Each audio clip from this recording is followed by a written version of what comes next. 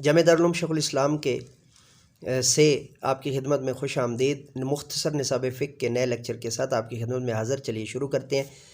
سوال: نماز نہ پڑھنے سے کیا ہوتا ہے؟ سوال: نماز نہ پڑھنے سے کیا ہوتا ہے؟ جواب: نماز نہ پڑھنے سے گناہ ہوتا ہے اور اللہ تعالیٰ ناراض ہو جاتا ہے۔ جواب: نماز نہ پڑھنے سے گناہ ہوتا ہے اور اللہ تعالیٰ ناراض ہو جاتا ہے۔ جواب: نماز نہ پڑھنے سے گناہ ہوتا ہے اور اللہ تعالیٰ ناراض ہو جاتا ہے۔ سوال: نماز کے ارکان بتائیے۔ سوال: نماز کے ارکان بتائیے۔ جواب: نماز کے ارکان 7 ہیں: تکبیر تحریمہ، قیام، قراءت، رکوع، سجود، قعدہ، اخیرہ۔ نماز کا اختتام اپنے کسی عمل سے کرنا جیسے سلام پھیرنا۔ اپنے کسی عمل سے کرنا جیسے سلام پھیرنا۔ سوال: نماز کے فرائض یا ارکان نماز سے کیا مراد ہے؟ نماز کے فرائض یا ارکان نماز سے کیا مراد ہے؟ نماز کے فرائض یا ارکان نماز سے کیا مراد ہے؟ جواب: ارکان سے مراد وہ کام ہے جو نماز میں کیے جاتے ہیں اور جن کے بغیر نماز نہیں ہوتی، یعنی ان میں سے اگر ایک رکن بھی رہ جائے تو نماز دوبارہ ادا کرنی ہوگی۔ سوال: تکبیر تحریمہ کسے کہتے ہیں؟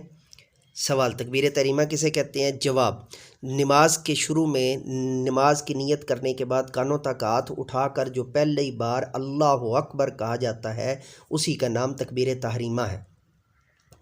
تکبیر تحریمہ کسے کہتے ہیں؟ نماز کے شروع میں نماز کی نیت کرنے کے بعد کانوں تک ہاتھ اٹھا کر جو پہلی بار اللہ اکبر کہا جاتا ہے اسی کا نام تکبیر تحریمہ ہے۔ سوال: تکبیر تحریمہ کو تکبیر تحریمہ کیوں کہتے ہیں؟ جواب: اس لیے کہ اس تکبیر کے ساتھ ہی نماز شروع ہو جاتی ہے اور نماز کے علاوہ کوئی اور کام کرنا اس وقت حرام یعنی ممنوع ہو جاتا ہے۔ اس لیے کہ اس تکبیر کے ساتھ ہی نماز شروع ہو جاتی ہے اور نماز کے علاوہ کوئی اور کام کرنا اس وقت حرام یعنی ممنوع ہو جاتا ہے۔ سوال: نماز میں قیام سے کیا مراد ہے؟ سوال: نماز میں قیام سے کیا مراد ہے؟ جواب: قیام کے معنی کھڑے ہونے کے ہیں اور جو ہم نماز میں ہاتھ باندھ کر کھڑے ہوتے ہیں، قیام کے معنی کھڑے ہونے کے ہیں اور جو ہم نماز میں ہاتھ باندھ کر کھڑے ہوتے ہیں یہی قیام ہے۔ سوال: قرات کا کیا مطلب ہے؟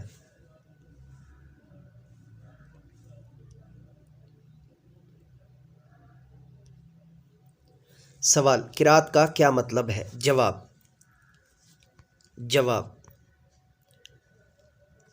قرات کے معنی تو ہے پڑھنا۔ نماز میں جو ہم قرآن کریم کی کوئی سورت یا آیت پڑھتے ہیں اس کو قرات کہتے ہیں۔ سوال: رکوع کیا ہے؟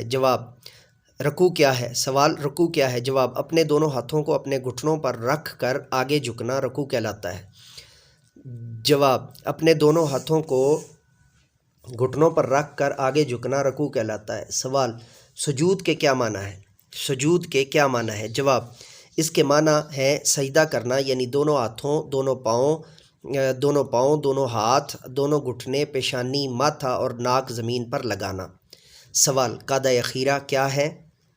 جواب: 4 رکعت والی نماز میں چوتھی رکعت کے آخر میں، 3 رکعت والی میں تیسری کے آخر میں اور 2 رکعت والی نماز میں 2 رکعت کے آخر میں جو ہم 2 زانو ہو کر بیٹھتے ہیں اس کو قعدہ اخیرہ کہتے ہیں۔ سوال: نماز کا اختتام اپنے عمل سے کیسے ہوتا ہے؟ جواب: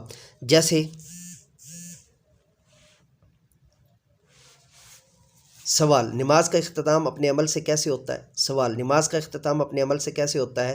جواب: جیسے ہم سلام پھیر کر نماز ختم کرتے ہیں اور شیعہ حضرات دونوں ہاتھ گھٹنوں یا زانوں پر مارتے ہیں، یہ دونوں عمل نماز ختم کرنے کا ایک طرح سے اعلان یا علامت ہے۔ دونوں عمل نماز ختم کرنے کا ایک طرح سے اعلان یا علامت ہے۔ سوال: واجب نماز کسے کہتے ہیں؟ سوال: واجب نماز کسے کہتے ہیں؟ جواب: وہ کام جن کا نماز میں کرنا واجب ضروری ہے۔ سوال: وہ کام جن کا کرنا نماز میں واجب ضروری ہے۔ سوال: واجبات نماز بیان کیجیے۔ سوال: واجبات نماز بیان کیجیے۔ سوال: واجبات نماز بیان کیجیے۔ جواب: واجبات نماز کل 25 ہیں۔ یہ تھا ہمارا آج کا لیکچر۔ نئے لیکچر کے ساتھ دوبارہ آپ کی خدمت میں حاضر ہوں گے، تب تک کے لیے اجازت دیجیے۔ میرے ساتھ مل کر کے یہ انسانیت کی بہتری کے لیے، تعلیم و تربیت کے لیے ایک قدم اور۔ Let me go now and say with me, do something more for humanity, do something more for knowledge and practices. Have a good day.